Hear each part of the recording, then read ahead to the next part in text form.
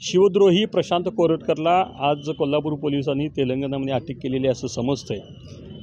पण या महाराष्ट्र सरकारमध्ये छत्रपती शिवाजी महाराजांच्या नावानं मतं घेऊन सत्तेवर आलेलं सरकार आणि ज्यानं छत्रपती शिवराय यांच्यावर छत्रपती संभाजी महाराज राजमाता जिजाऊ यांच्याबद्दल अपशब्द काढले, तो प्रशांत कोरटकर असता चिल्लर माणूस या सरकारला महिनाभर सापडत नाही। म्हणजे आज बरोबर एक महिना झाला, ही खरोखर दुर्दैवाची बाब आहे। आणि मग त्याला आज जरी अटक झाली असली तरी आमच्या शिवभक्तांच्या समोर अनेक प्रश्न अजून समोर आहेत की हा महिनाभर कुठं होता।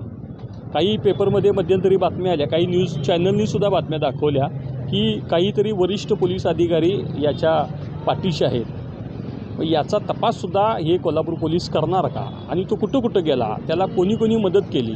जी बातमी आली होती की तो काहीतरी चंद्रपूरमध्ये होता, हॉटेलमध्ये राहिला होता, त्या हॉटेलमध्ये कोणतरी पोलीस अधिकारी त्याला भेटायला गेले होते, मग ते पोलीस अधिकारी कोण यांचीसुद्धा चौकशी होणार का।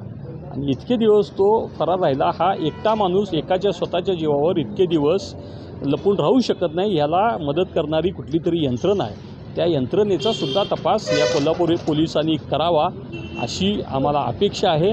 न्यायालयात आता इथून पुढं काय होईल ते होईल, ते न्यायालयीन गोष्टी करतील ते करतील, पण आम्ही शिवभक्त आमच्या पद्धतीनं त्याला धडा शिकवल्याशिवाय आमची मनं शांत होणार नाहीत।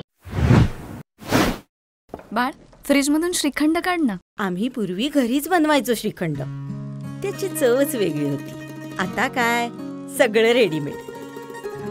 आजी, हे श्रीखंड खाऊन बघ। आज तुझ्या आईनं घरीच बनवलं की काय?